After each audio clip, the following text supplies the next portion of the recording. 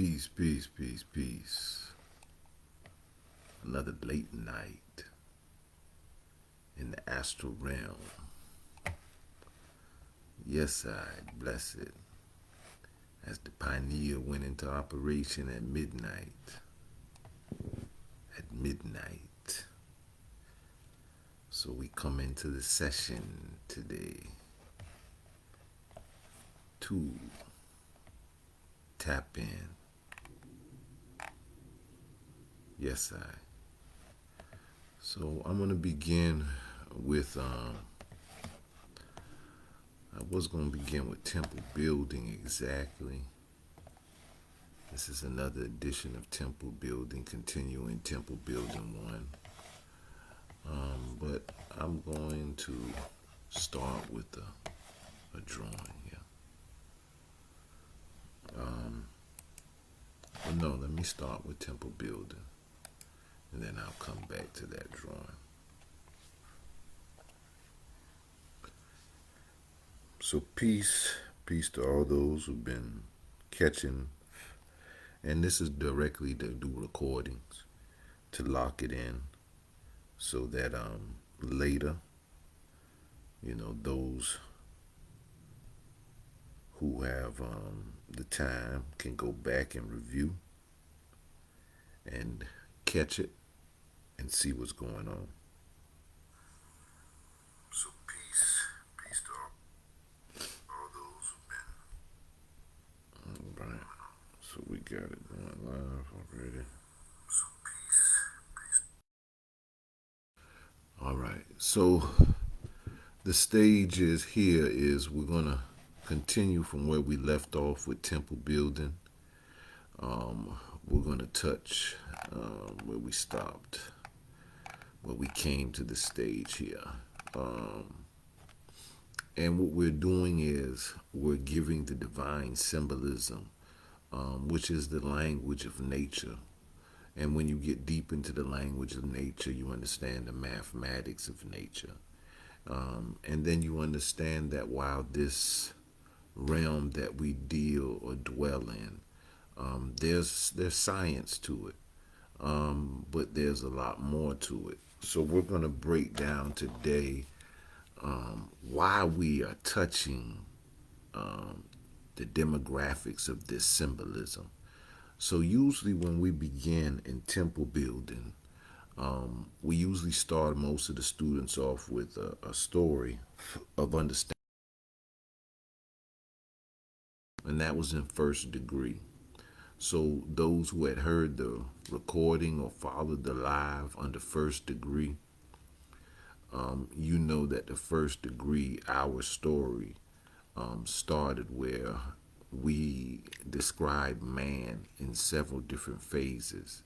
That man went from light body to androgynous to male and female to what we would say the disbalanced male and female of these times as well. So some would say, what do you mean light body? And then we go through the science and the symbolisms and even in the religious symbolisms, and we go through all of that to show that continuously there's been a reflective science being given about our nature. And so when we speak of these things, when we refer back to our ancestors, I always say that our ancestors really didn't have religion. They had a nature. When that nature fell in a certain sense from us, we sought the realignment with that. So all of these different teachings have a reminisce memory to us because of it's a part of our lost nature, the lost word. So we're trying to restore the word, and these keys, it will come clearer and clearer because the word became flesh. So we're trying to restore the lost word to you. And then some of you even have heard where they used to say the terminology was to find the lost tribe. So let's do a little work. Let's go a little further. So in this, we started by explaining, for as you have trotted the steps in temple building to seek knowledge and understanding within the temple building, you are designated as a seeker, and that is part of an initiative journey. But, O seeker, man must be re-elevated or taken up like John to the city of God. In the final book of the Bible, Revelation, it has only 22 chapters. The final chapter is 22 or 4, or foundation, born. In Revelations chapter 21, verse 17, we find that New Jerusalem has a wall with 12 gates, and the measure of the wall is 144 cubits, which is the measurements of a man, that is, of the angel. So man is the measurements of an angel? 144 cubits? So this is a code. And as we spoke earlier, we explained that 144 also meant Aleph, Daleth, Mem. Aleph, Daleth, Mem is Hebrew. Adam, Adam, Adam, man, Adam, the man, Aleph, Daleth, Mem. So we find that Aleph would represent the air, and Daleth would represent the heart or fire, and the Mem would be water. These are important in symbolism as we go further. So 144, which is the measurements of a man, that is of the angel. We must, O seeker, remember where we learned that the Lord stood on a wall with a plumbine in his hand.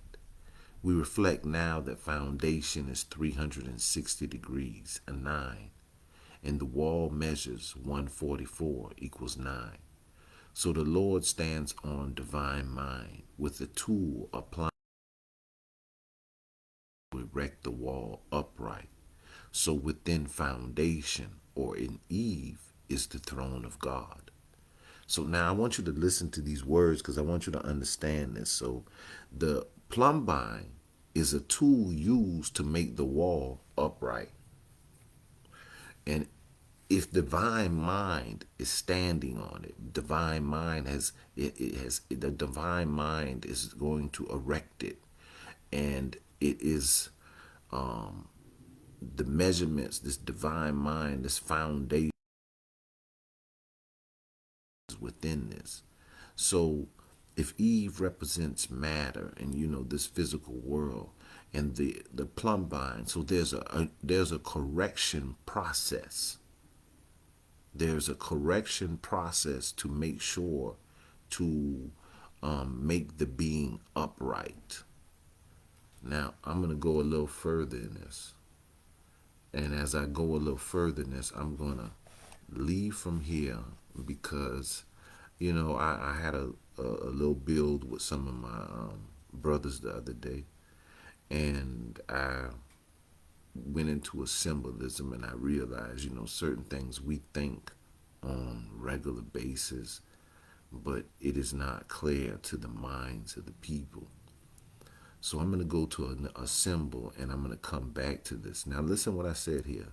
In the foundation, or the measurements of a man is 144 cubits. So the Lord stands on divine mind with a tool, a plumbine, that is used to erect the walls upright. So there's a correction process within this realm, in this measurements of our existence. And I'm going to go a little further in that, and then I'm going to come back to the build, and hopefully I will be able to convey to those who are ready to look into the veil of this message something that I think is needed. So here we go. Let's go to this symbol here.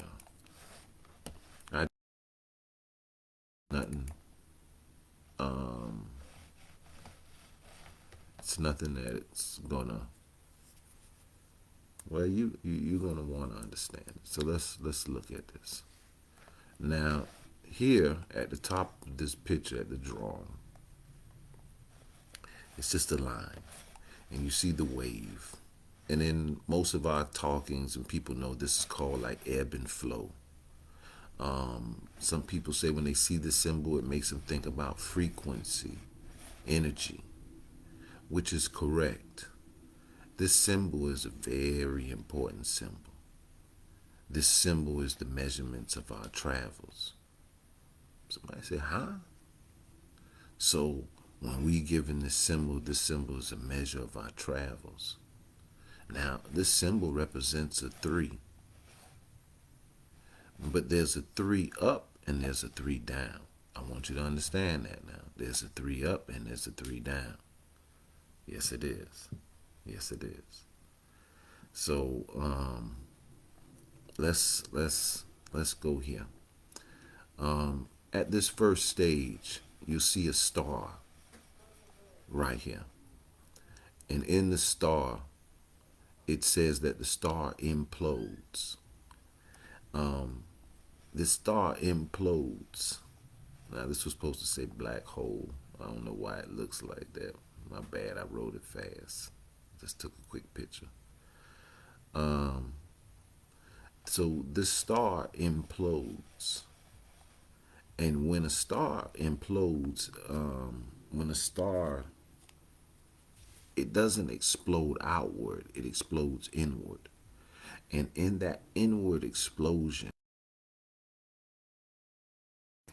a black hole. And if you understand over here, let's say over here, let's talk about Sirius A, B, and C. And Sirius B is a dwarf star, and it's a density of like an enfolded portal, an enfolded star, form a hole, which we'll go through that in a minute. So when a star implodes and it creates the black hole, it opens on another dimension. So let's just say on this, let's follow this line going down. And as it comes down, it opens up in this other dimension and it releases pure energy. And as the energy slows down, it becomes plasmic and so forth and so forth. But in this realm, it is all still just pure energy. We say this is life, this is time. So now remember, a star implodes, opening a wormhole. It releases, creating what we call our indwelling, our galaxy, our plane, our dimension. And in here, this is pure energy. It's fractile, meaning it's microcosm, macrocosm, meaning down to the smallest particle, everything is a reflective of everything. And it's pure energy, atom, energy that can neither be destroyed nor created. But this energy is going through an involution process until it gets into a devolution process and it becomes devolved within its holographic illusion. That's what we live in. And eventually he starts to rise back up. And here is where we call like this this dimensional line, which I forgot what we would call this. It's a dimensional line. So here in the space in which we exist, let's say like you call it life and death. So if you died in what you felt, you died in this energy realm. You translated back to the stars. So from the stars you came, and to the stars you return. So our ancestors always understood your light embodiment here, you're traveling this vessel, and you're traveling the vessel of a Munrad, that's traveling the hidden sun, the hidden light. Your travels here and back into the stars. So remember now, this energy starts here, it shoots here, but actually it opens here. So in reality, you dwell in a multi-dimensional reality. So you dwell from your energy is the living aspect of this verse, and it is the living aspect of this present, and it is the living aspect of this future, which all exists now. Which all exists now. Now, in this realm here, this is a spiral. In this realm here, everything is spiraling. And in this realm here, this is a spiral. So you're a spiral. You're reflective of the spiral. So right here, this symbol, we see the caduceus. It always represents the kundalini, but they show you the serpentine and the spiral. You're the spiraling. But now, when the energy that has come through the portal or through the wormhole comes out, it symbolically, Atum Ra, the light, the energy wave, forms a mound out of the primordial waters. So in this realm where this star unfolds is the dark, is the wound, is the melanin, is the mother. And here within this wound, in this spiral in the wound, this melanated, the dark substance, the black energy that surrounds all things, this becomes our space of existence. But this is within the womb giving birth. So every stage is a birthing stage and fractals of light continuously through these portals of time. So our ancestors, ourselves, our travels from one stargate to here to another stargate. And it is the ebb and flow, but it is the now dimensions of all time. It is past, present, future, and you dwell within all right now. So as I said here, the portal, the wormhole, the implosion of a star, releasing the atomic or the atomic energy, the photonic. As we evolved within this realm, our first form was light. Now you still have a body of light right now. You still are made up of atom. Be destroyed nor created right now. So I just felt like showing this symbol. There's a lot more to go with it, but I wanted to touch that as we go into our history, our story, as we deal with the symbolism. So we are truly, remember, you are the particles of star energy that is folded here. So you are a stargate yourself. You are a black hole yourself. A macrocosm. So you are a fractal reaction, a reality of all of this. And here in this realm, the energy has come in this realm, and it's called the correction realm. So we're going through a correction process.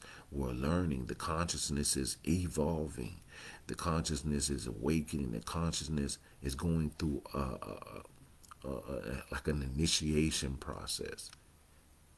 So, you'll learn more and more. So much like how your computers and everything are being developed. How people are learning from quantum physics, the reality or dimensional realities are real. But in simple symbols, your ancestors had already described these. And this is your triune. So this would be a circle. This really would be a circle, a spiraling, and this would be a circle. But this would be a stargate over a stargate, creating a realm of existence, but yet the realm of existence is a hologram of two dimensions creating a third dimension, would eventually evolve into the fourth dimension. Because you have to remember, this stargate dwells in something in here and another. So its reality is like then you would really be living in a third dimension. But it is on a lower frequency than which you enter. But it's being raised back to a higher frequency. So, there's a lot more into the symbol, which we'll go into more and more as we study astrology and we get deeper into the temple building. So let's go back to temple building and let us begin a little further. So now in temple building, we're talking here about some science, but yet it is a story. And it says in Amos that the Lord that stood on a wall with the plumb line in his hand. And most people don't know what a plumb line is.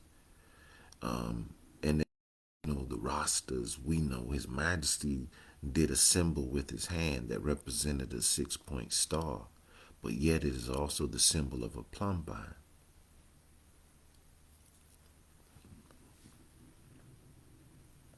So you sign, the Lord stands on divine mind with the tool of plumb line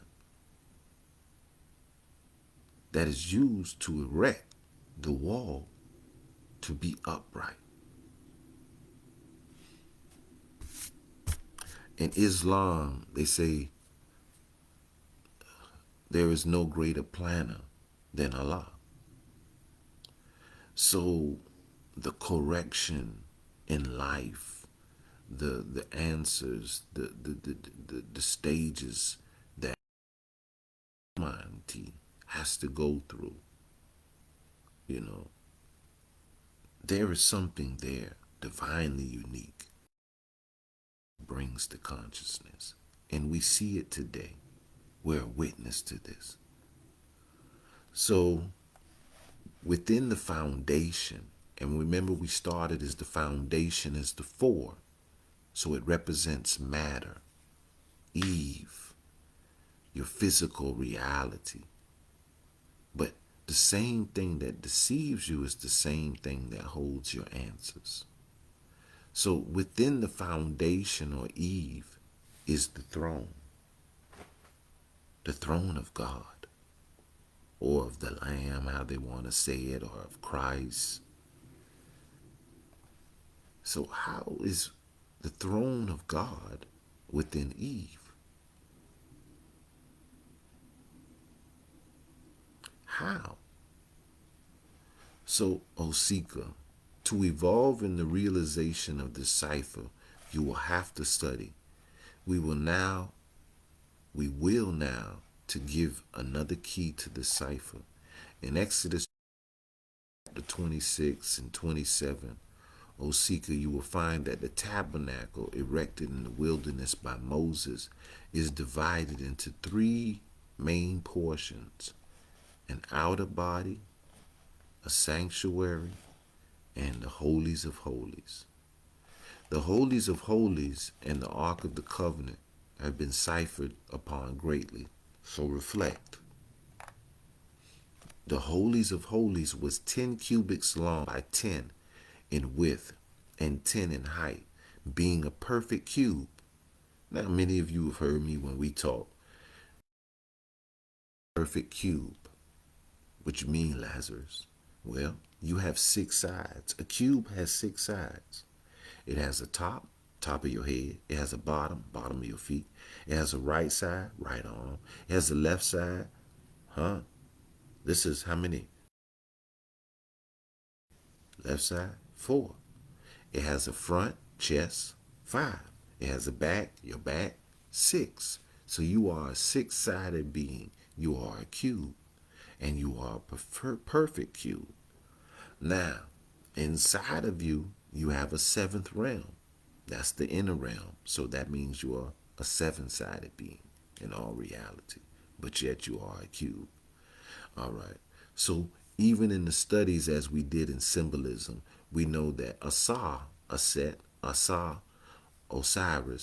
was placed in a box, and Aset had to come find him. Okay? So we're going to get a little further than that. But we're going to move this study into this because a lot of you been into the Bible, or we've raised in the Bible, and the language and the symbolisms and the codes was right there, but yet we knew not. Many of us was raised in the Quran, and the same characters that are in the Bible are in the Quran. So how could it be metaphysical and science in the Bible, but yet in the Quran it's a true story? So we won't be delusional in understanding or missing the point that these are signs and symbols to awaken the consciousness to the archetype of its being as a spiritual reality. And you're traveling here on a journey. Learn and understand this and manifest this in your life and give this as a gift to your children and continue spiritual reality. We lost our way at a certain point in time in history, but yet we are being given an atonement. So here we go. The three main portions, the outer would be body, the sanctuary, the soul, and the holies would be spirit. Now, the holies of holies was 10 cubits long by 10 in width and 10 in height, and being a perfect cube. The three of its sides were formed of acacia boards. Acacia boards. Now listen to this. Acacia is the wood that was used to mark the grave of Hiram Abiff.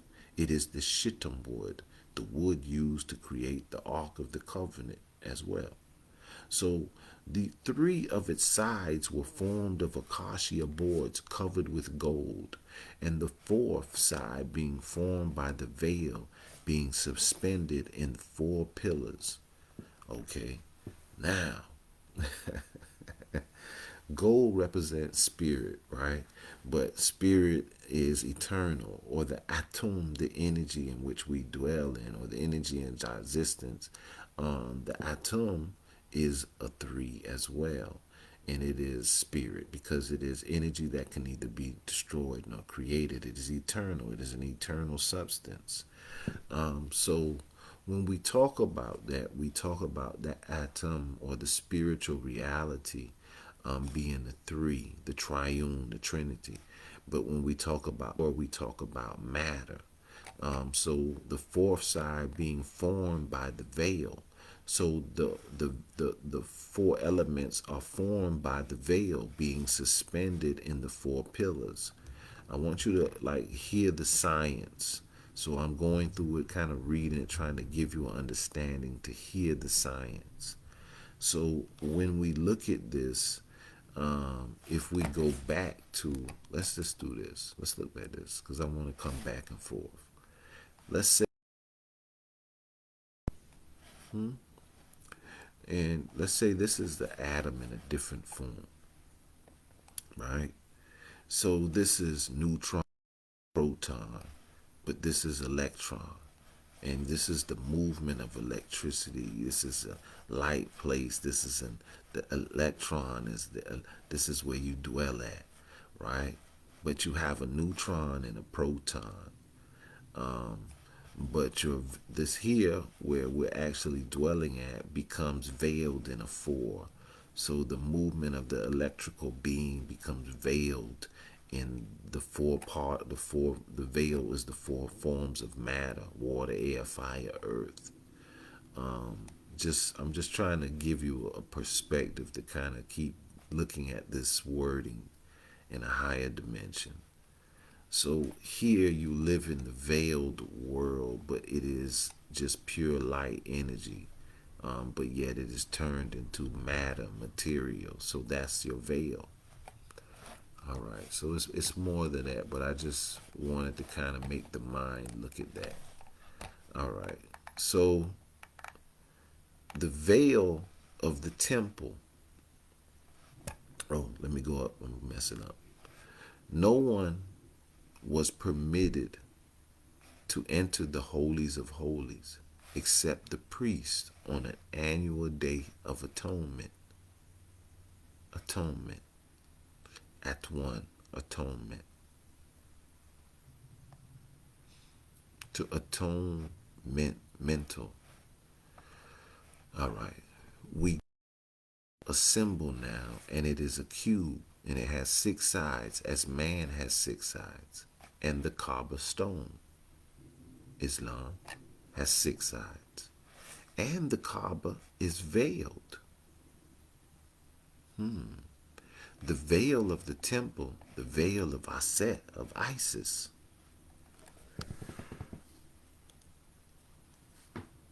Before we introduced the seeker to Moses. Moses. Now remember up here, we talked about the holies of holies, but this started off based on the sanctuary. Moses was given these things in measurements in 27 to build the tabernacle, the sanctuary. The tabernacle erected in the wilderness by Moses is divided. Okay, so we started talking about Moses was given this and was divided into these portions, into these measurements. Moses represents the mind. Remember that as well. Moses represents the mind. The mind. What would that mean for this realm? If Moses represents the mind and he was guided to develop a holy infrastructure, a tabernacle in this wilderness. Okay, for those that could hear me on that, I know some of you understood what the question was just then. Because Moses represents my. All right. So remember, where something can be atoned, something had to have power for something from the beginning. Okay, so now we did this in last video where we talked about that this symbol represented, some people call it the Pythagorean theory or the Pythagoras theory. But here we're talking about the veil of the temple, the veil of our set. We're talking about in the four. So let's say the higher self, the light of the body or the light of the mind. I saw an angel fall from heaven to earth. So let's say you fell from heaven to earth and you were trapped in a lower frequency. Now you're dwelling, but you're thinking of how can I dwell within the light, my Christ, my higher self, but you in this lower thing. So you say, what would get me from this lower realm to the higher realm? So you ask this question, say life is mathematics. This is science. Life is mathematics. Islam, life is mathematics. But your Islam is your nature, but Islam is mathematics. Peace is mathematics. It's calculated. Calculated. Okay, let's get a little further. Let's use these tools. So if you in this lower self and you want to rise from the lower self to the higher self, we explain that the mathematical equation of understanding the distance from here, what gets you from here to there, is the answer is C. So this is A, this is B, so what is C? But we put here mind and we put a question mark behind the C, but this says A square, A equals 3, which is the higher self, the 3. B equals 4, lower self is the 4. So A square plus B square equals C square. So A squared here, which is 3, equals 9. B squared equals 16. Well, B is 4. 4 times 4, 16. 9 plus 16 equals 25. So the square 25 is C squared. But what is the square root? Because we need C. So the square root of 25 is 5.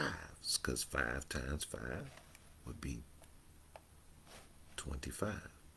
So 5 is the number, as we said before in last video, is Moses. It's Hey, 5. It's the number, and the value of 5 is the number for mind.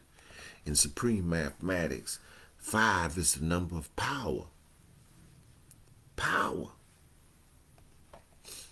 Power. So sometimes we feel like a powerless people. Well, why? Well, as Malcolm X and them said, because somehow we have lost our mind. Lost our mind. Yes, we are trying to regain the original mind of man.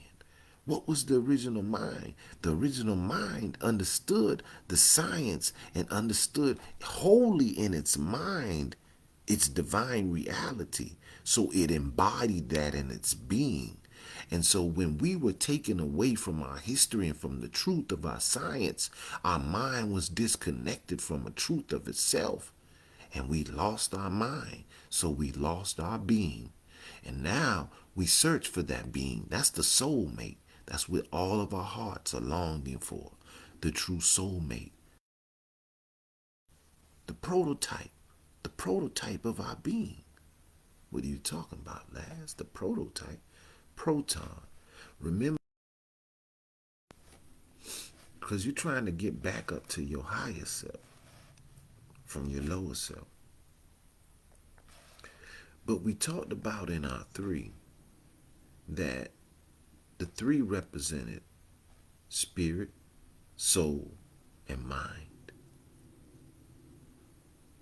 But if we put it in science, in a reflective in this world, because everything is fractal, microcosm, macrocosm, it is neutron, spirit, proton, soul, electron, mind. Oh, shoot. So when we look at this here and we trying to get back up to here,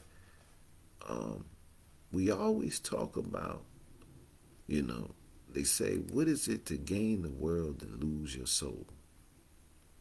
So the soul, if you understand science, you know that when something changes in form, it is the movement of the it is the movement of the proton. The proton rearranges itself. So I always explain to people, if you have a physical mirror, right? You have a physical mirror. You look in the mirror, you see your reflection. Make sure you understand, okay, this is how I look today. Okay. And you believe it. Because if something wrong, oh, I got a booger in my nose. Oh, shoot, you get the booger out your nose because you see it in the mirror. So you believe that the mirror is reflecting your reality and you act accordingly to what you see. Okay? So if there's a physical, what would be the spiritual mirror? So in the realm of your higher self, your mind is the spiritual mirror. Remember, the mind is to reflect. It is the crossroad. So it is the gateway between the higher self and the lower self. So it is to reflect to the lower self, the higher self, and it is to reflect to the higher self the reality of itself, right? Okay, so the soul looks down into the mind, and whatever the mind tells the soul it is, it goes to operate accordingly. So the frequency of the electron can cause the protons to assemble themselves in a certain way, change form. This is science. Check it out. You got liquid, solid, gas. Change forms of protons changing, moving, reforming themselves. So when we understand that, the soul looks into the mind, and if the mind has been convinced that it is nothing, there's no value. Because some people say, well, how is the mind convinced of this? How could the mind do this? What I know I'm the God self. I know this. I know what this is. Well, let's look at it deeper. Because this is atonement. And you're trying to enter into the veil. You're trying to go within yourself. But the mind has to be brought out of that lower frequency. So let's look at it like this. Let's say on your left hand, You have car, job, house, family, friends, so-called family, lover, boyfriend, girlfriend, so-called girlfriend, whatever. And then on the right hand, you have, now, on the right hand, yourself. I can't buy you nowhere. I can't find you nowhere. So you are priceless. You are a rarity. And then, like we say, you're a child of God. So, in the reality of looking at that, your value is priceless. And you would agree with me. But then, your car get wrecked, your boyfriend, your girlfriend leave you, and the first thing we say is, I hate my life. I hate my life. Or some must say, shoot, boy, if I had Jay-Z life, boy, if I had Beyonce life. Or how is their life more valuable than your life? And how could the value of your life go from you're priceless to the car burst up and the boyfriend or the girlfriend left? Life is worth nothing. I could just die. So that means our consciousness does not see self as the value. It needs these things to give it value. If it had them not, would you see value? If someone around you had them not, are they valued? So the soul looks into the mind and sees that the being does not rightfully, from the heart, value itself. Now you can play like you do, but I hope you hear me for atonement. Because we have all been lost in that consumerism. See, once I disconnect you from your history, from your truth, from your identity, I've made you a person seeking to be fulfilled, to be complete. And so I can sell you anything. I can make you a consumer. Thing that is being consumed is a dead body, because a dead body consumes itself. It decomposes. A star implodes. It is in a... So what happens is somebody sent us into a downward spiraling, a death dive.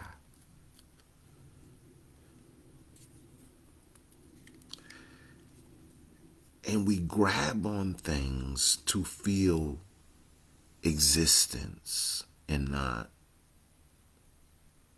a mental emptiness, death.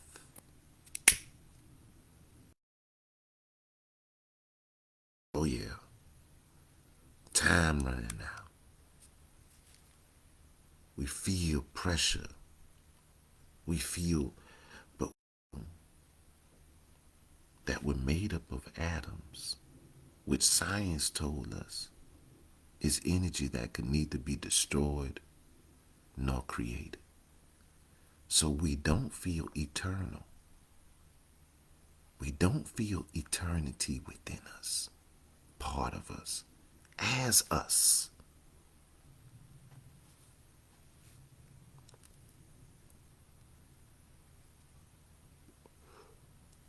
I saw an angel fall from heaven to earth. I saw a mind a mind fall from its spiritual identification, its spiritual truth, to a world of darkness veiled, veiling it from its light of itself.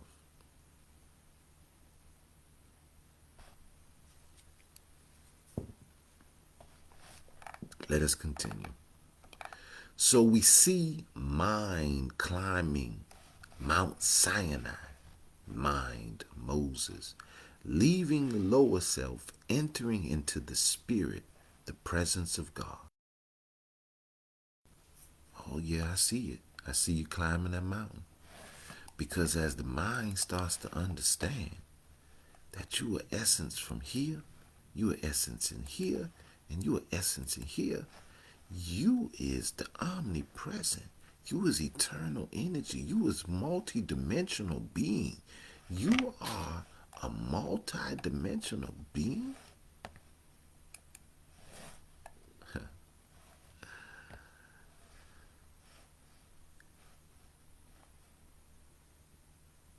Leaving the lower self, entering into the spirit, the presence of God.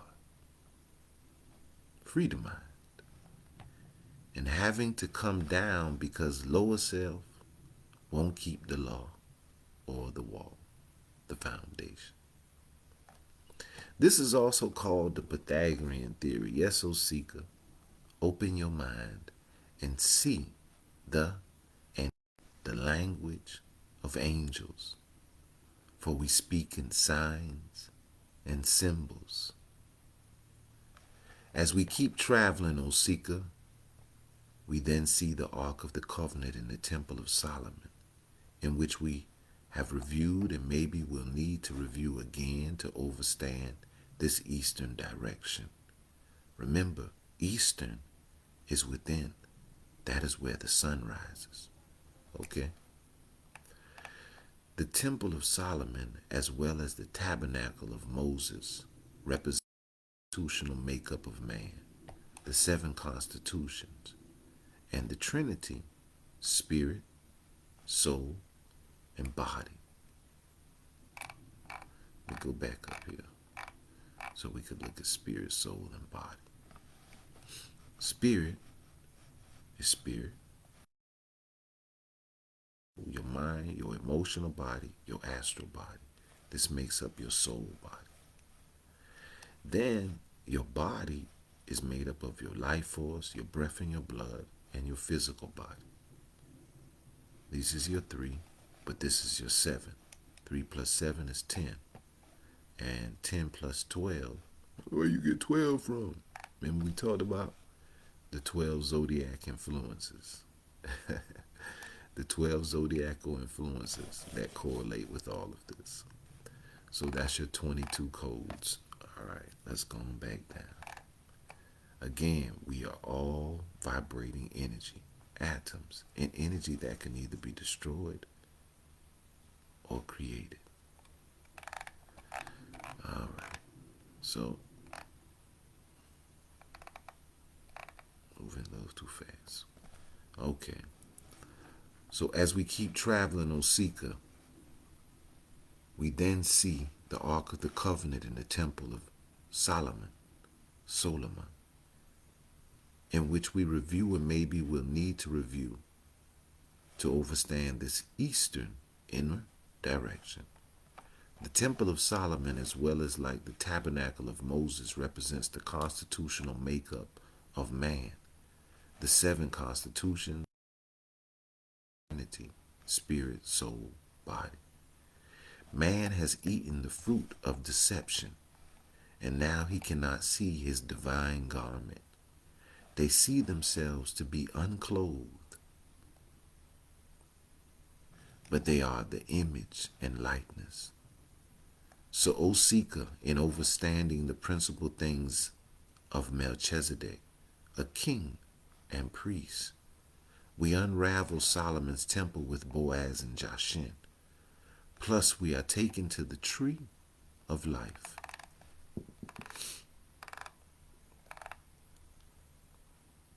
So the other night on this tree of life, And we broke down these two pillars, and we talked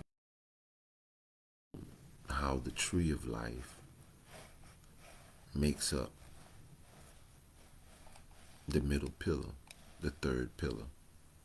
But this is a zigzag zig, as you can see down here, the zigzag zig, which would represent the winding stairway to enter in to the Temple of Solomon inside the two pillars Boaz. So if you go into this temple, you're going into the veil so that you can go to the holies of holies and go before the Ark of the Covenant to the mercy seat and commune with God. So you're trying to go into the upper room. So this is your zigzag zig 26. Your 26 is your Yahweh, your God. Again, just review the two former videos on temple building and the degrees, and it will all keep coming more and more clear. That's why it's repetition, because as the further you get it into your mind to see the symbols, then we are able to go further into the degrees of those symbols, because they have multiple dimensions. Okay. So as we enter into the Temple of Solomon, and we go through the two pillars, and we take part of the tree of life, because we are told to eat of the tree of life, so that we can.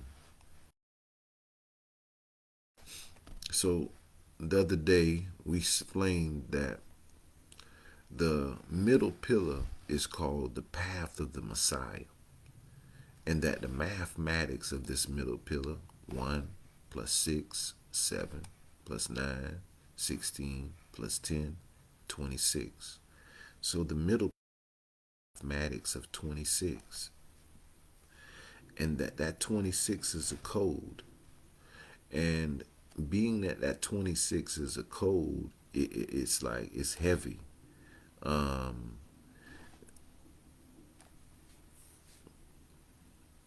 It also takes us into our physical, which is our spinal cord, which is our middle pillar. So we have two pillars, and then we have our middle pillar, which is our spinal cord. And our cord has on it the 7 chakras, which is the 7 seals of the book on the back of the book thereof. So here we go into an in-depth to where this is given comedic titles, but these comedic titles represent biblical keys or symbolism. And I'll say it again for today, and we'll move to the next slide, so we could go a little further, and I can explain it from my historical perspective with my family on this next stage. Here you will see that Malkuth, which is the 10th Sephirah of the tree of life, it represents the kingdom. It represents here the physical earth. All right, so here on the physical earth, we call it knowledge, our cipher. So if you knowledge the cipher, okay, what's your cipher? The cipher is see, I power her. See, I power her. If you power her, you fatten her, you father her, you impregnate her. But see, I power her is my physical nature. It is the physical nature here. But see, I power her is cipher. So I have this power, this cipher of my being, her, my physical mother nature, my matter, my material. But I have to also impregnate this earth with power. Mind is power. Okay? So Geb, representing an angelical, an angel, which a light encodement, Geb, which was Gebrael, the angel Gebrael comes to Aset. Aset would be like Mary. So Gabriel comes to Mary. Knowledge, Gabriel coming with the knowledge of the cipher comes to Mary to bring her the knowledge of the cipher so that Mary can become what? I power her. So she becomes 9, which is foundation, but it is also born. So Aset Mary, the Aset, the mother.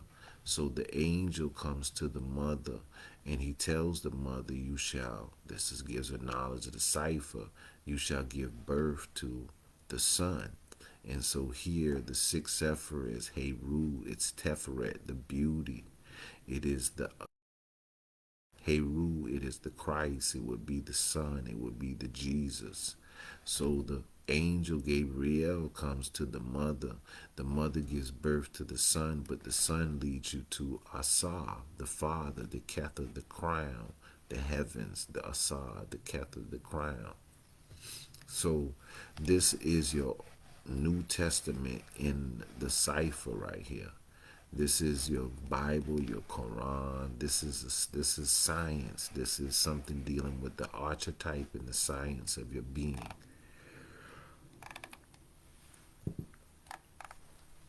So you have to partake of the tree of life. But if you see in the square, you also see that this lower world is Azilith, Briar, Yetzirah. And then here in Malkuth is where they say it is Asaya, Asiya, Asia. And so you hear brothers and say they added Asia, but Asia meant Asaya, meant physical realm.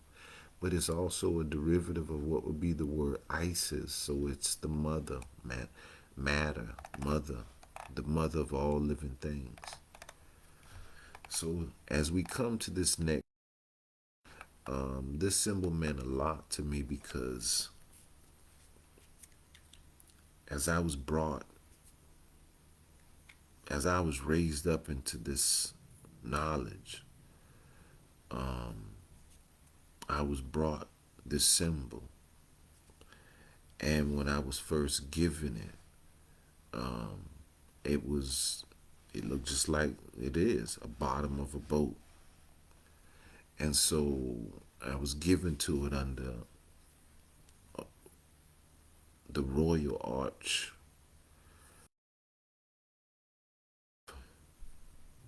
sacred orders in our communities that were,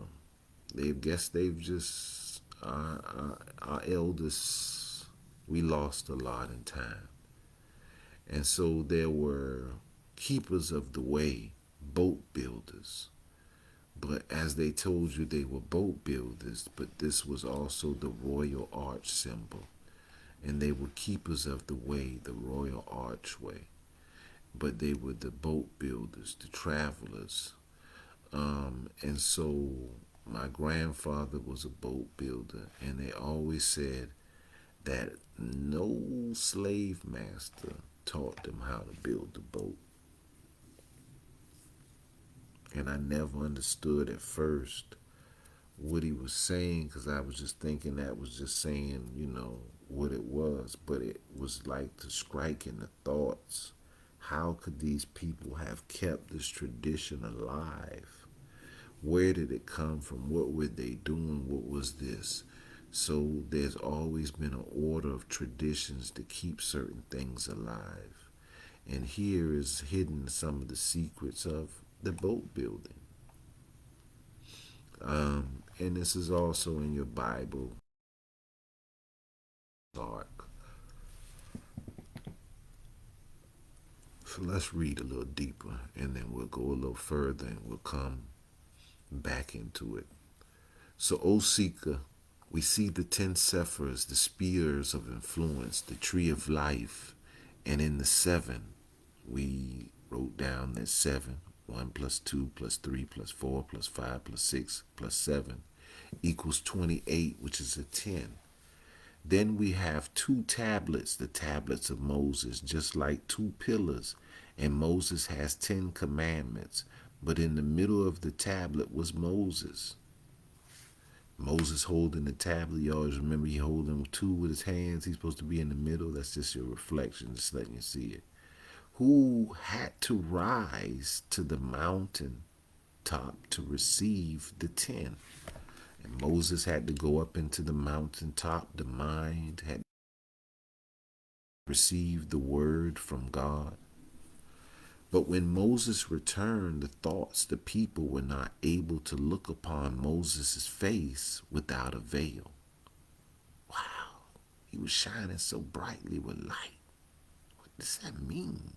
He had obtained a light body? What is they talking about? So the lesson of the divine mind was veiled. But today, O seeker, we remove the veil.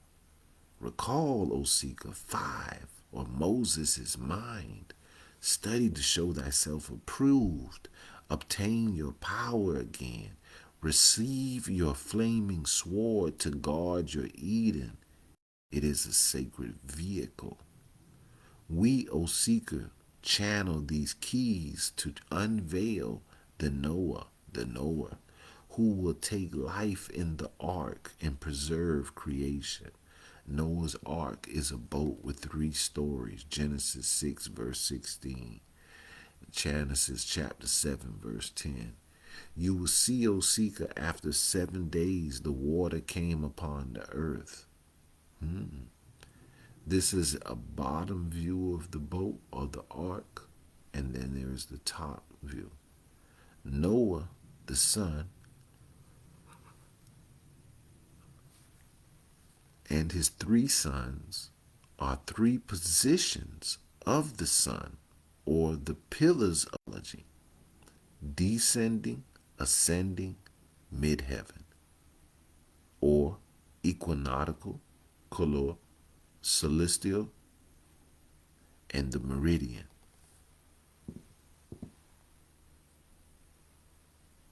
Oh man. So if there was a star hole or wormhole opened up, released plasmic force, becoming the planets and the stars, so it would have gave birth even to the sun. So really, in the essence of the sun, it also shares the same essence that we share. So there's going to be a lot of science with it, especially when you find out that the sun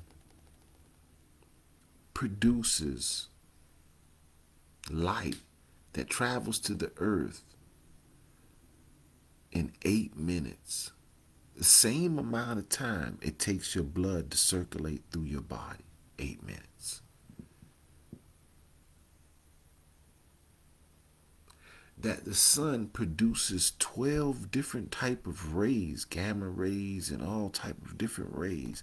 But each one of these rays correlate to the 12 melanated centers of your brain. And when you come back in restoration of the development of your being, see, now you only see partial light. You don't see all the rays of light. Your mind has severed, your brain has severed your ability to translate other light transmissions. And so you find out that their eyes are limited. But if you could see light in the transmissions, then you would understand how we talk about in our story that because of your being and the powerful energy that you had, you released is electrons, ions, going into the ionosphere that caused a disbalance, causing a meteorite shower and so forth. So we are emitting energy from our being all the time. So if you think about in ancient times, when our ancestors' eyes, their vision, third eyes, were equipped to see all of the spectrums of light, we could see you emanating of certain frequency, and we would be, it was like a communications. And from that, we could read what you were thinking, feeling, talking in your being.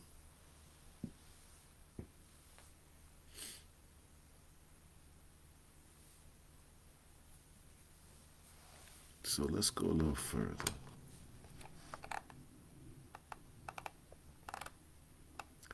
Yes, O seeker, you are the Son, the Son. Now a great voice comes out of heaven saying, Behold, the tabernacle of God is with men, and he will dwell with them, and they shall be his people, and God himself shall be with them, and be their God.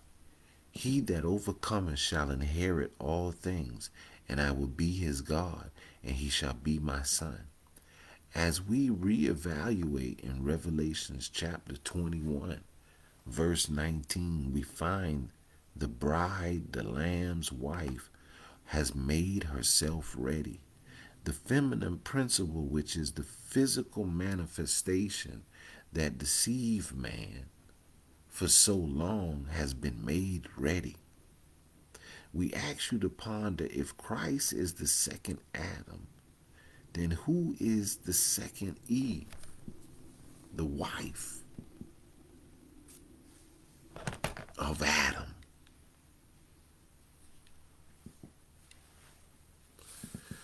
We know that Paul taught that the church is the wife of Christ. A church is a temple where man communes with the Most High. So Eve, as we recall, was also the 22, the rib, the rabbi, the master builder. And you remember, we're on this topic because earlier I said Eve. Within Eve is the throne of God. And I was explaining that this is a fractal, meaning microcosm, macrocosm. We dwell in this realm, and that this is an error-correcting realm. This is a light embodiment that we have here. And sometimes we miss it, but we have been to a position to reconstruct the temple, restore it, because it was torn down. And as we restore it, we restore our vision and our ability to walk in higher frequencies. So Eve, the feminine principle, also symbolized the temple. Ye are the temple of the Most High.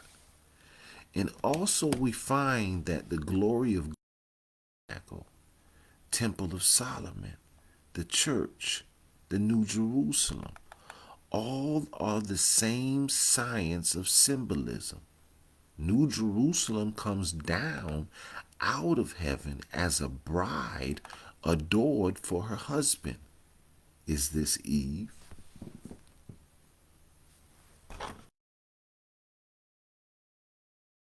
So, and I like to tease, sometimes I tease my Christian brothers. I say, if you say you're leaving here and going to heaven, I'm leaving here, I'm going to heaven. Shit, yeah, God, I'm staying here with I'm leaving here, I'm going to heaven. I said, well, if you're leaving here going to heaven, the Bible says that the New Jerusalem will be ascending from out of heaven to earth. You'll be missing the whole thing where everybody coming here for the great party. Where you going at?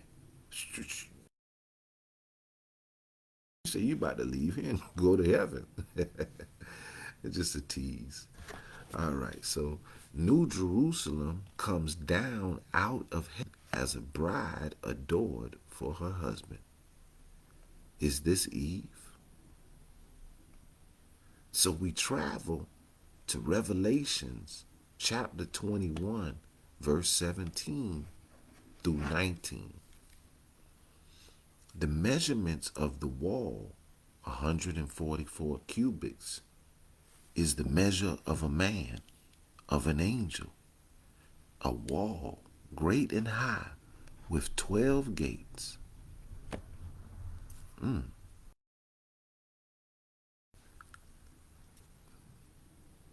So we said you had your 3, then you had your 7, which made your 10, and then we had your 12, which was the 12 zodiacal influences. So stay in with me now. Stay in the cipher now. We coming. Stay in the cipher with me. So we travel here to this to deal with this 144 cubits, and then it says 12 gates. Then we remind you, O son, to read Amos chapter 7, verse 7, where it shows the Lord stands upon the wall with the tool of a builder in his hand. Eve is 22, and we have 22 Hebrew letters. Let us, O son, study to show self-approved. In the Kabbalah, it is taught that each letter represents an energy, an attributable force of the Creator, microcosm, macrocosm. So we have 22 letters, 7 doubles, 22 simple consonants, and 3 fundamental elements. The 22 manifesting into the primary world. 22, 4 primary worlds, Zilith, Briah, Yetzirah, which are concealed in the 10 Sephiras. Study to show thyself approved. Now, if they concealed in the 10 Sephiras, but the 10 Sephiras represent the tree of life, but the tree of life represents you, but you're 6 sides. You a box. Okay. We can go further. Study to show thyself approved. We must briefly recall the 4 worlds: Zilith, Briah, Yetzirah, Asaya. Azilith, water; Briah, air; Yetzirah, fire; Asaya, earth. Each of these worlds have descending vibrations manifesting its quality in more subtle laws.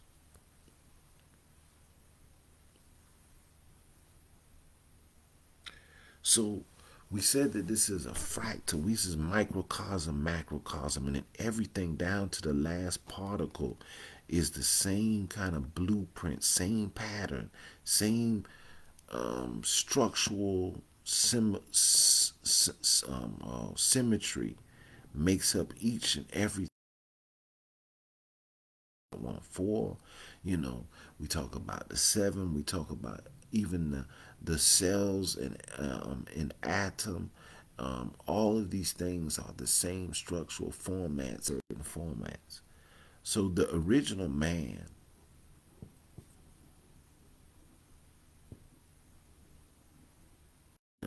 the highest unfolds into the lower, a birthing process. So let me say that, let me read this. Each of the worlds have a descending vibration, qualities, and more subtle laws. The highest unfolds into the lower, and it's a birthing process. And that's why we keep talking about 9, born, the eternal birth and birthing process. So we want you to understand that everything in creation is going through a similitude of operation, and this is the microcosm or the macrocosm between man and creation. The original man is the Asiatic, the Asaya, meaning the man of material realm. This is your Asia, the physical world of Asaya. Only the mother of all living things can teach us this. Eve, the 22. The fundamental elements of air, water, Aleph, Daleth, Mem, Adam, equals 3. The 7 doubles and the 12 continents. So now we bring another symbol here. O son, see New Jerusalem, descending from heaven, descending from heaven. For he looked for a city which has a foundation, whose builder and maker is God. If you look in the middle, there's a 3. And you understand the 5, which is the Shin here. So you have Aleph, Shem, and Mem, which is the air, fire, and water. And this triune here would represent, let's say, your higher self, which is the 3 in higher vibrations. The 3 would be the highest, your higher self operating, being activated. Because you're operating in a higher mind, and you're in balance in the elements. You've charged your fire, your breath. You become fluid, you become liberated. So you've caused the activation of the seven, which is the seven stars outside of the triangle. So you cause the seven stars, the seven activated. So now these seven stars, these seven chakras are activated. They then activate the 12 centers in the brain, and that is your halo, that's your crown. And so when these 12 are activated, starting from the 3 to the 7 to the 12, when these 12 are activated, it is an activation of your halo of your 12 star system. Your 12 star system is your Stargate is open. So at that point in time, you are a perfect square with 3 gates in the east, 3 gates in the west, 3 gates. So you're a New Jerusalem ascending. So your consciousness is coming from out the Stargate. The Stargate is sending things down. And so these 12 melanated centers, as I said, when they're in operation, you receive the 12 rays of light from the sun. Now, this whole operation goes through a change. And when the change comes, it's a battle between the priesthoods, but there was something that had to happen. And in this change, you'll hear me go into this more in detail, that the dominant solar force in the activation in the operation of man went to more of a lunar dominant force. Okay, so there was a change in the algorithm of the planet and of the world, and this caused a further disbalance. But we'll get into that in the next later build.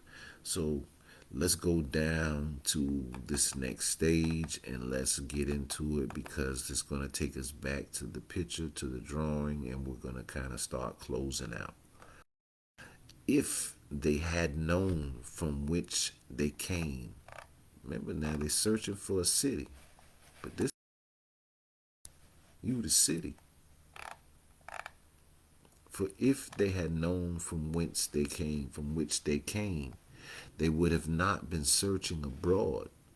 The New Jerusalem is an encoded mystery of man. It is the science of thyself, and for so long this truth has been hidden, denying all of the glory of reflect. The triune in the circle in the center represents the three, the higher self. And when man and woman operate in their higher nature, the 7 chakras are open. The men and women have risen to their Christ self. And the 12 disciples, the 12 melanated centers, the 12 disciples are the 12 melanated centers in the brain, then go into operation when the pineal and the pituitary enter into marriage. So this is being at the marriage ceremony. Blessed is he who is at the marriage ceremony. And when the groom comes, it is hoping that the bride has oil in the lamp. Now you have to remember, when the groom comes, they're saying that the bride should have oil in the lamp. Why should they do that? Because the brides have to make themselves ready. So if she is ready, the physical nature has been prepared, it will have oil in the lamp and be prepared for the groom. So when the pineal comes into operation, the physical body is ready to marry to that level of frequency. All right, so the pineal and the pituitary enter into marriage, which is the third eye opening. See again, the pineal and the pituitary are the 2 pillars in the physical temple. We will visit this, but now we must continue upon the 7-point star. See the diagram between the picture your angel was created from, the 7.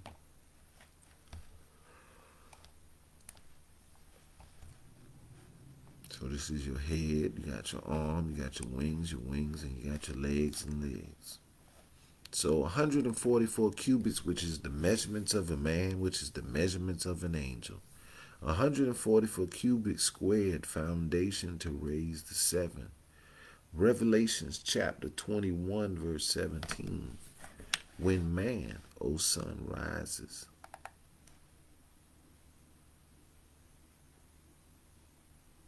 When man, O sun, rises to his seventh chakra, right? So, when man, O sun, rises to his seventh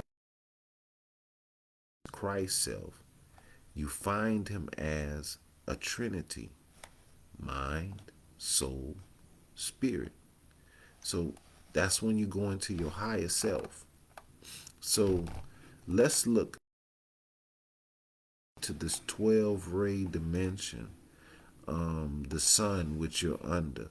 But our sun at this point in time has been has been moving in our whole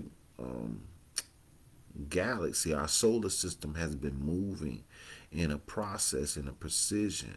Remember the influx of energy. Remember they kept saying, is the galaxy growing? What is it doing? They're trying to figure out, what is the solar system doing? Is it moving? Yes, we moved into what is called a photon belt. Remember I said there was a dimensional line, and so that photon belt represented that dimensional line. That was where, when we were once in that photon belt, we were in what was called the golden age. And then we went in. Let me do this. Let me go back over here before we go too far. So if we're over here, where this is, let's say this is the photon belt, okay? The golden age, we're close to the photon belt, meaning we're close to the second sun, to the other suns. Remember, if there was a star imploded, there was a whole system here. There would be a whole system, another sun, a greater sun. So at here, the wormhole, so it makes a dimensional photonical line. And here where it opens up, we dwell in this dimension, but everything is moving, and we're coming back up to this photonical line. And so all of that star energy that we were once acquainted with, that once engraved our DNA, we are coming back into it like we were in the shadow realms. So it's like we were in a crossroad, and we've crossed the crossroad, entering back into a higher. So we're coming back into another star and another sun, and all of this will enhance our sun and enhance us, and develop us to the next stage. So there's a lot of science with this. So you higher self, the seven chakras, the seven seals. So if they had known from whence they came, they would have not searched abroad. If they had known from whence they came. Now, remember we say patterns duplicate themselves, they're repetitious. So we made this 7-point star, but this represents the wing like an angel. But in our history, we always talked about the 7-star constellation, Orion, Osiris, Asar. And in the Belt of Orion, Giza, the Belt of Orion, the pyramids of Giza, Jesus, are built in Orion hunter, and the mighty hunter before the Lord, Nimrod. And Nimrod, we put equals Osiris if you want, in a certain sense. Osiris went up and left Ethiopia and went up from the Nubian, Sudan, Ethiopia area, and built up Kemet, built up India, built up the Akkadian Mesopotamia area. All right, so that was given to Nimrod, as going in that area. But he was a mighty hunter. Now there's a 7-star system that we always talked about. That's the 7-star systems, the Amun-Ra 7-star system. So our ancestors dealt with that as our abode, as we came from the stars. So this is what we're talking about. And you're going, consciousness will accept its true nature, its true science, because everything is testifying to it. So that you will liberate the mind, so that you could tap into your star power. Okay. So, O son of man, O son, when man rises in the seven constitutions to his spiritual habitation, man falls or is driven out his spiritual habitation. Habitation is his dwelling, his essence, his self.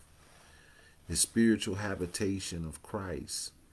The 12 lights or the 12 star powers of Ra is manifested, or the 12 angels of the 12 gates come forth. O son, we write still in signs and symbols, but you must rise to a higher and great mountain, Zion. And you can see the great city, the holy Jerusalem, descending out of heaven from God, having the glory of God, and her light was like unto a jasper stone, clear as crystal. O son, you are clothed in the garment of spiritual truth. It is your physical perception that makes you believe you are naked or separated from God.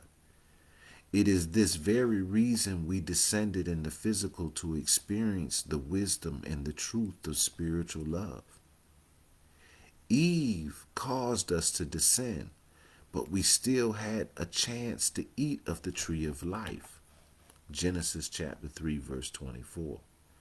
But when man allows Cain to kill Abel's self, spiritual truth self, we fall to conquer the first death. We fail to conquer the first death. Because we are in the physical plane, people deny spiritual garment of man. You a God, you a spiritual being. Like you flesh. But within our Eve, or feminine, physical nature, foundation, temple, or city, is the tree of life and the water of life, which all proceed from the throne of God, Kether. Revelations chapter 22, verse 1 through 7. Now we know that the measure of a man is of an angel, and when we stand on 360 degrees, 144 in the foundation, we must also reflect upon foundation 9, Asar, the born, as it is present in our physical makeup. Man, woman has 1 plus 2 plus 6 equals 9, or Genesis chapter 1 verse 26. This one brain and 26 vertebrates are the foundation of the body. 9, foundation. In the womb of the mother, the first thing to form is the brain and the spinal cord.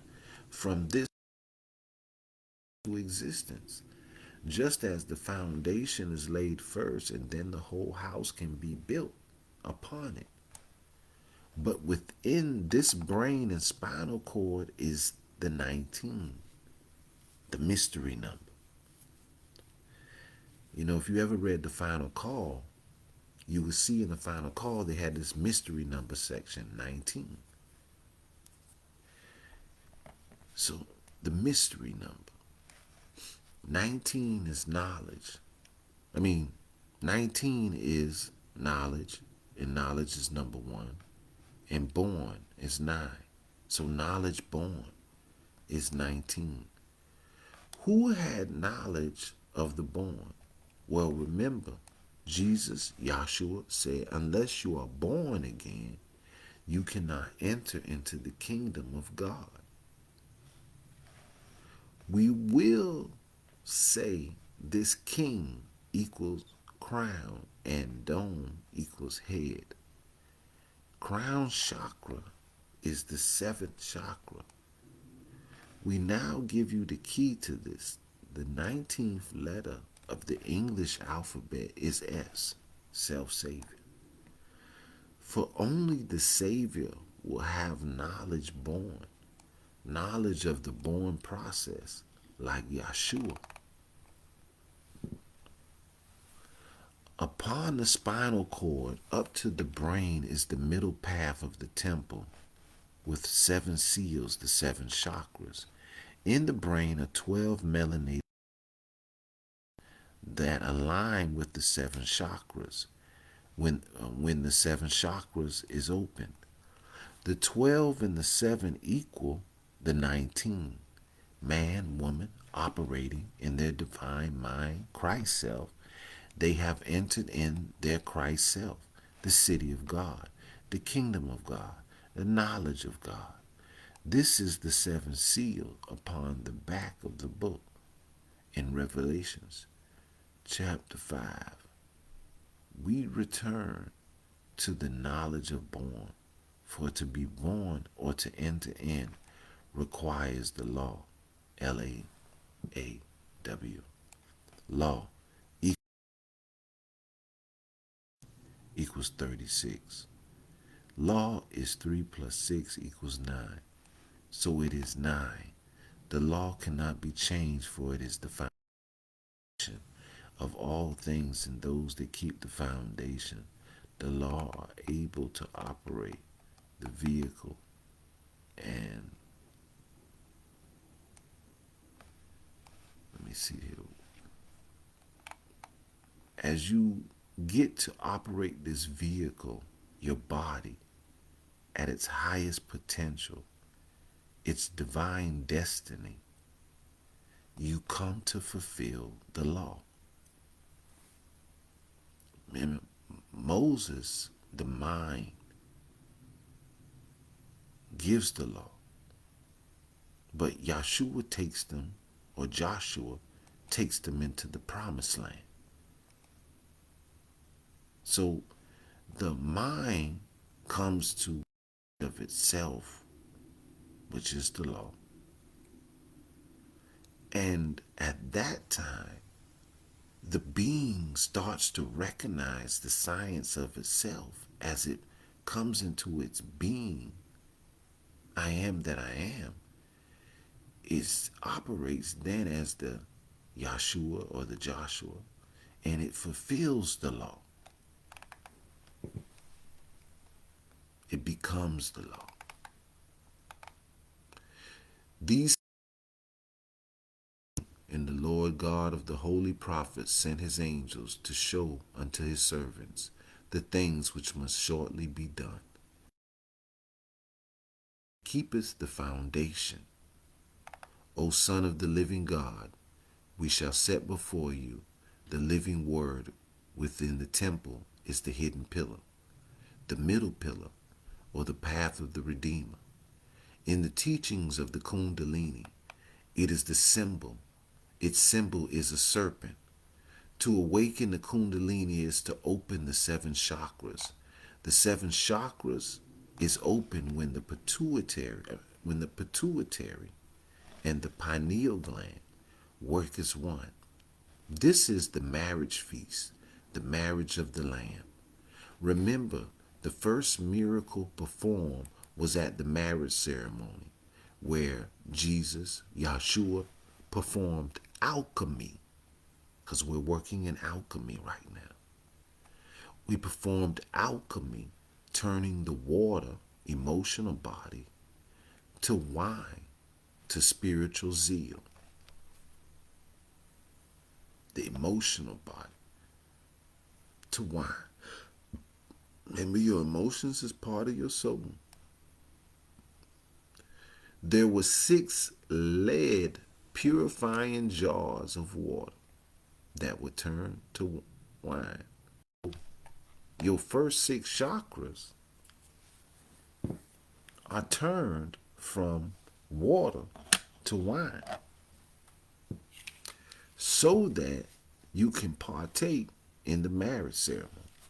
So if we looked at that, that would be like 1, 2, 3, 4, 5.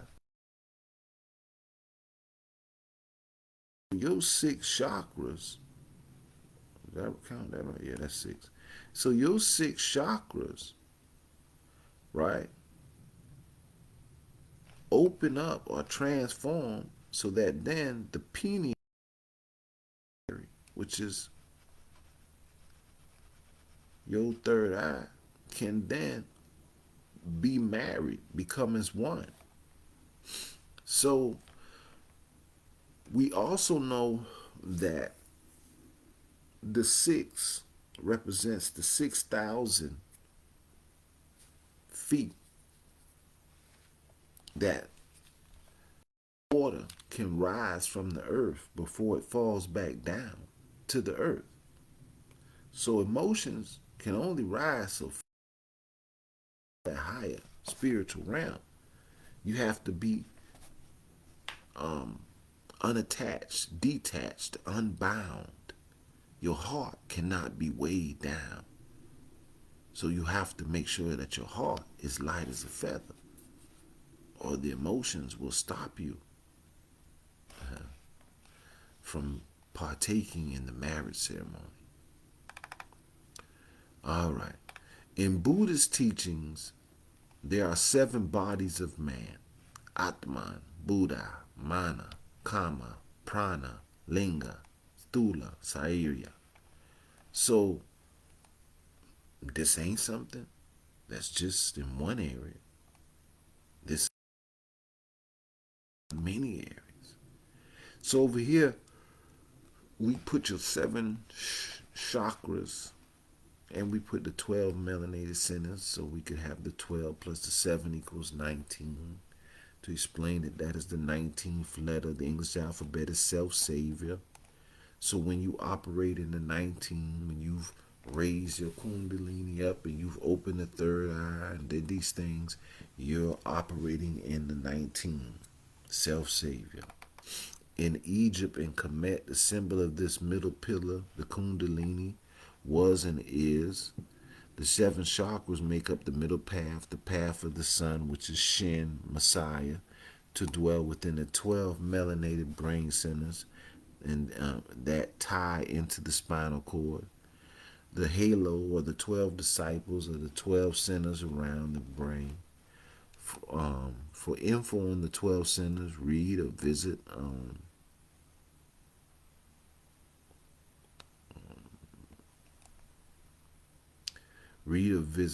Dr. Jewel Pookram's Jewel publication.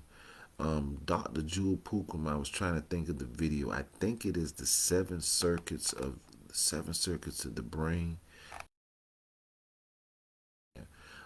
Talking about the 7, and then she talks about the circuits of the brain. She talks about the 12 melanated centers of the brain. Dr. Jewel Pookram is very powerful in this. She's an honest believer of the eternal essence of man, that you're in a light dimension, you're a hologram, you're pure energy, you're eternal energy, but somehow we let our frequency fall, which causes the decay or the devolution in this realm, and instead of us transferring the energy in a free, liberated manner, it is subjected to our precepts of ourself, and so we do what? We consume ourselves. That's our death. Most of the deaths in America and the world are self-consumed. We've destroyed ourselves, just as the star that brought us here.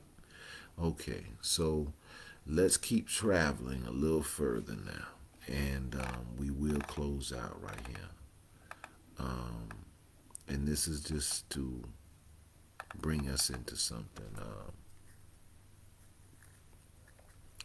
We must tell you, O Son of the living God, a love story before we can travel further. There once was a king named David, and as you have read in your Bible, King David was chosen of God, and he fought to lay the foundation for the 12 tribes of Israel, to be the kingdom of God. King David said that God was his shield, and the shield of David was known as the Magen David. The Magen David is a 6-point star. This must be reflected upon in this light. Those that fought against the shield of David opposed the 6-point star. What is the symbolic message here? The 6-point star is the 2 triangles, one going up and one going down. Those that have eyes to see find this to mean as above, so below, above, or on earth as it is in heaven. So heaven can be found on earth, Let's say spirit is within matter. Remember, spirit, atom, energy that can neither be destroyed nor created, slows down into a slow vibration, becoming matter. So that which is eternal becomes physical matter. So if that which is eternal becomes physical, but that which is eternal's got to be spirit. So spirit becomes a physical world. So really, this is not a physical world. This is a spiritual world. This is 6. So heaven can be found on earth. Let us say spirit is within matter. We ask you to reflect the cobblestone being veiled and the 6 sides of man. The number 6 is equality. Man was inequality. God gave unto man equality, equally the essence of himself. In the beginning there was only God. So what did the created everything? So what did create everything out of? In the beginning there was only God. So what did God create everything out of? But himself, but herself, but itself. What else was there to create? We must say this. We must use himself, because in language, in no manner to mean God is masculine. Now, if someone was to say God created thing out of something other than himself, this would mean there is more than one God. Now, King David understood this equality, this oneness, and this was his shield against his enemies. For the only enemy is that which severs man from God. Now let us look at the 6-point star. In this form, it is 3-3. It is the 33rd degree. The 33rd degree being the degree of death, but Jesus, Yahshua, was 33 years old when he is crucified on the cross. He who wishes to save this life must lose this life to save it. The cross symbolizes the square matter, the lower self. Here, O Son, where you must find the precepts you have held of yourself as the flesh, the physical nature, the feminine Eve, being the holder of man's fall curse, must be conquered. Yes, the ignorance of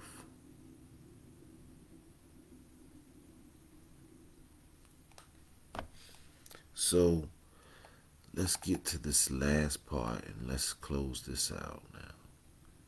In 33, many of you thought about the 33 with Jesus and the crucifixion, and you know, it's more to that as well. Yes, the ignorance of being in matter, flesh, crucified the God, the self, the God self, but you are able to rise if you now choose to rise from the tomb of your mind.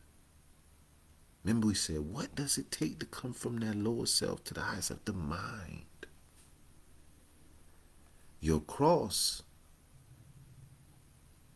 is the tree of life, a path you must master, but you have truth. We all have. We have not forgotten the love story now. We were just laying foundation. For if there was a son born to King David, and his name was Solomon, yes, Solomon, the solar man, the Ra man. King David died, and Solomon was anointed king by Zadok, the priest, prophet. Now, I'm going to say something here.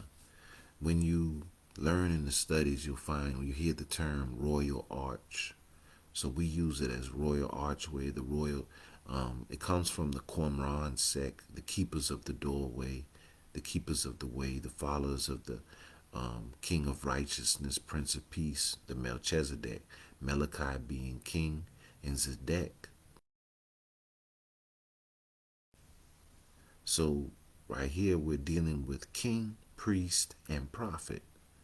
So you'll find out those three are part of ancient traditions. So you have King David saying he needed his son to be anointed and crowned.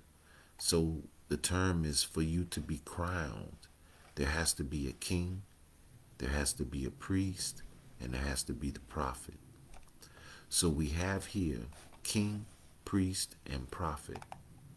The Malachi, the king, alone. Peace is the prophecy, the prophet. Prophecy is only fulfilled by Emmanuel, that being God with us. Does not the prophets enter into the rest, the peace of God?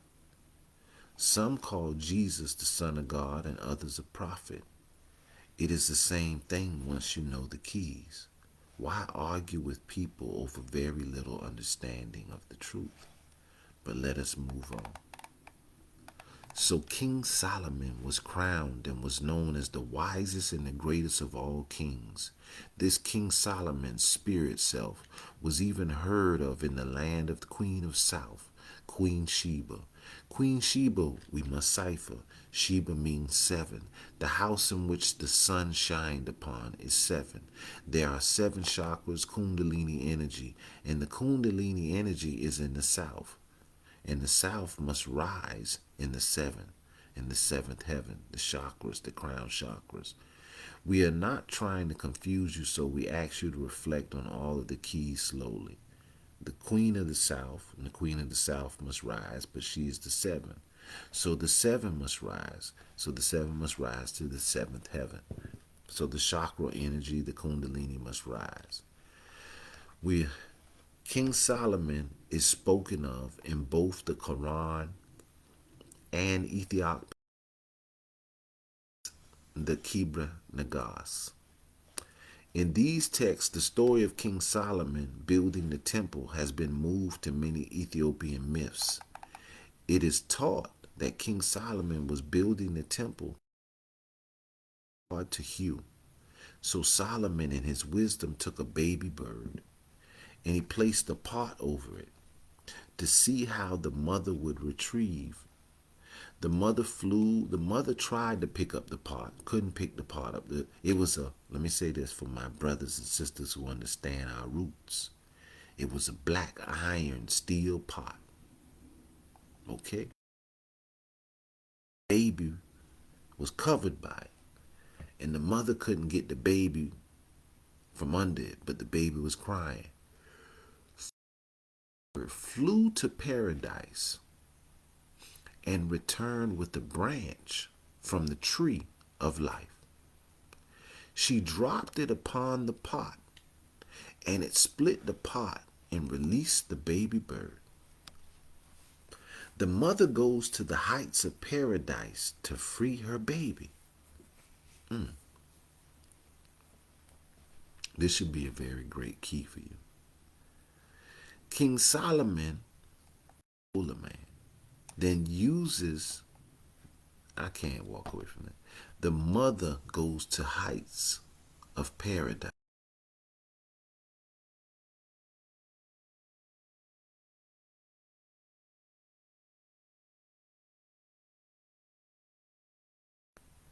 And if Mother Nature is your mother as well.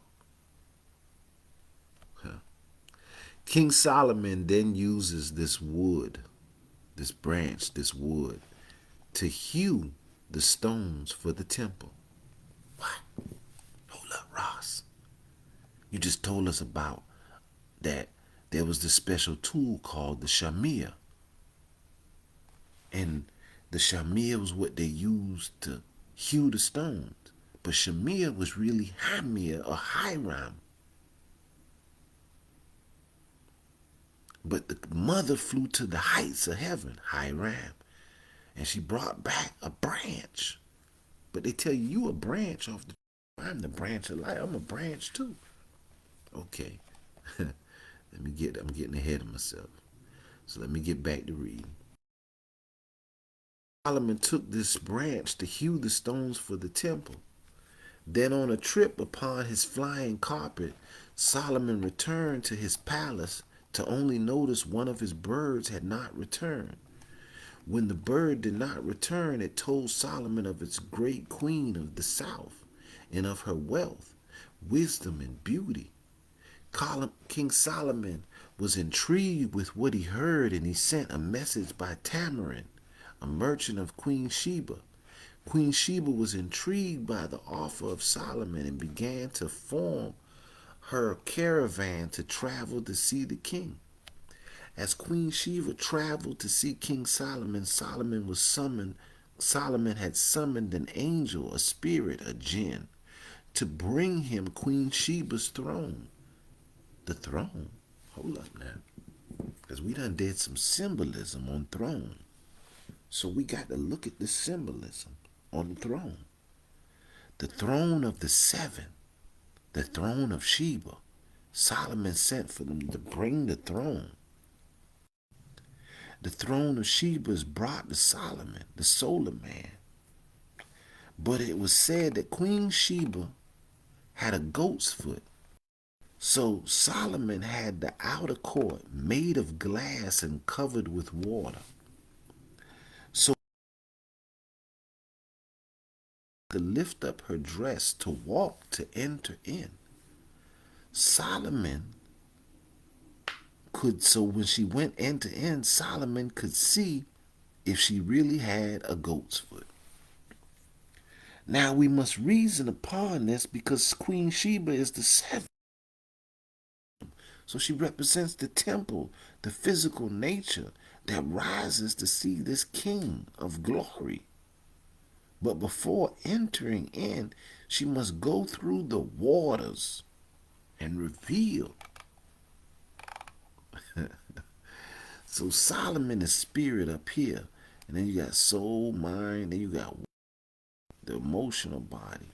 But then you got down here Queen of Sheba, Queen of the South. So she got to go through the waters, past the emotion, to enter into the higher self, to meet the seven, the spirit man, the solar man, the son, Solomon.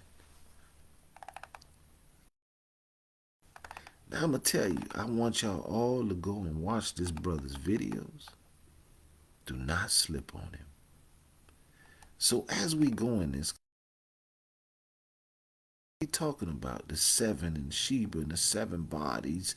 And I want to go a little deeper because the mother went to paradise to free her baby. So let me go a little deeper. Let's read right here.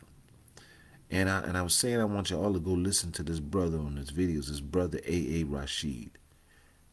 Much respect to brother A.A. Rashid. The seed of the great mother, the black womb, the universe. Out of the womb, the south gate. In us is the seed of fire. But how does this relate to goat? Brother A.A. Rashidi stated in Kabbalistics and Metaphysical War in Iraq on page 78 that there are two Hebrew expressions for the word goat. Oz, Oz. Remember we said earlier today, Guma, Oz, Duba. Guma, Oz, Duba. Wisdom, beauty, and strength. Oz, take me to Oz, Wizard of Oz. So here we are with Oz, O-Z, which also means strength. And then which grammatically equals the number 580. 580 is a 13. Now remember 13 is the number for the priestly pillar too. 580 is a 13. 580 also numerically equates to Hebrew name Seraph. Seraph is the ruler of fire and is one of the Seraphims. The other numerical equivalence to the Seraph is 1300, which is another form of the sacred number of transcending and descending energy. We're talking about the realm in which we live in. transcending and descending energy.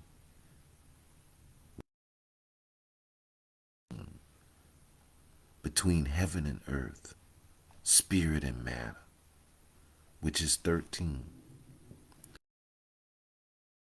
Word for Seraphim, which is the title of the angelical choir of Geburah on the tree of life.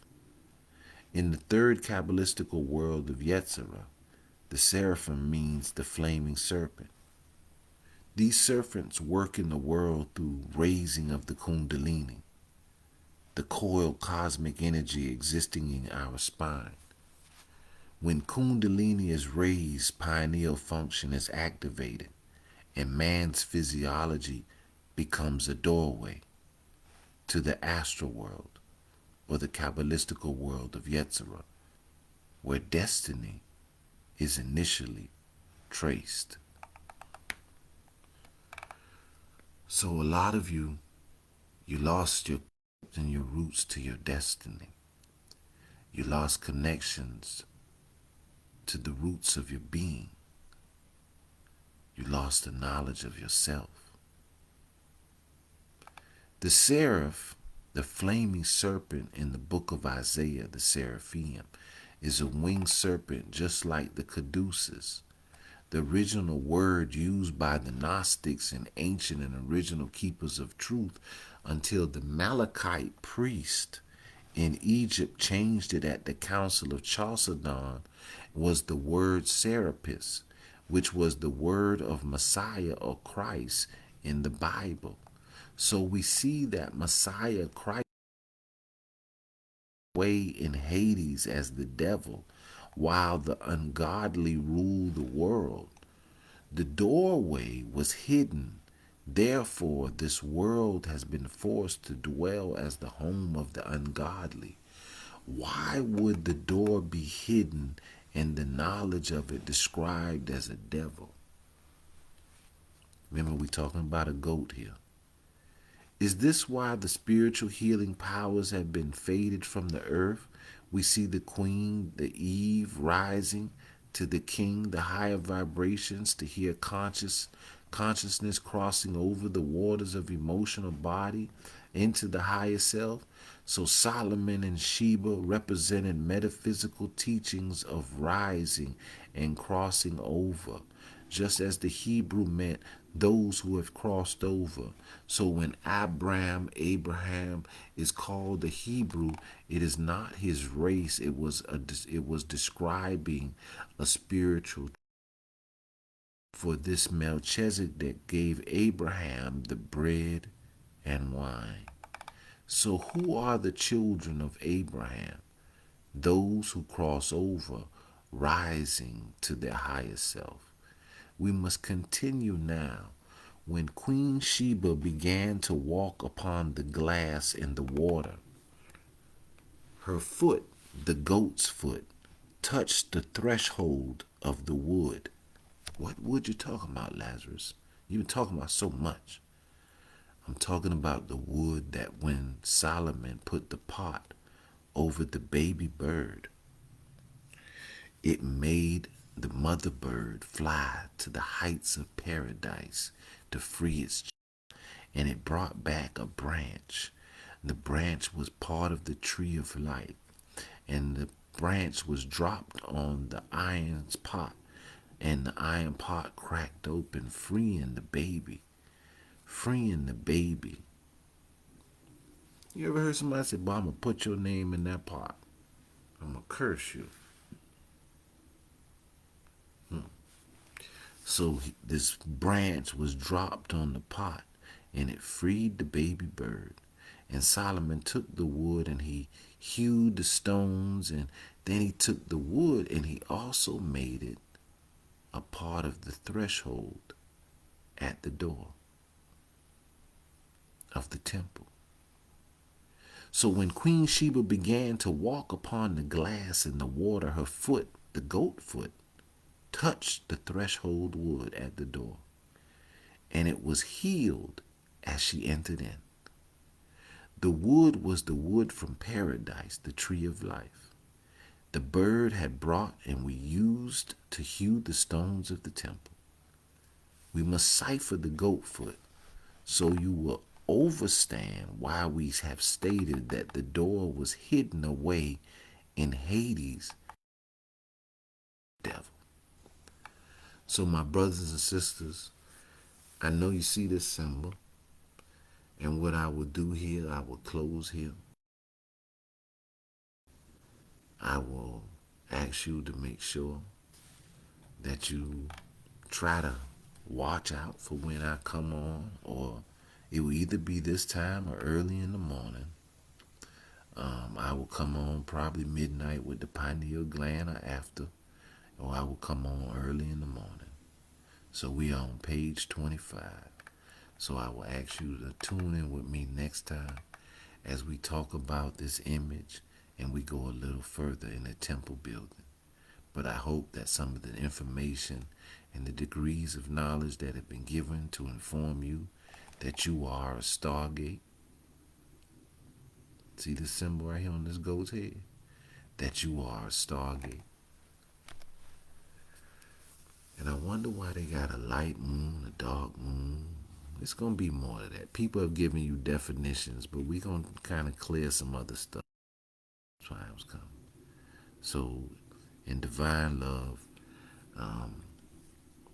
I hope that we have not disrespected no one, because as I say always, I have meant no disrespect to no one and no way.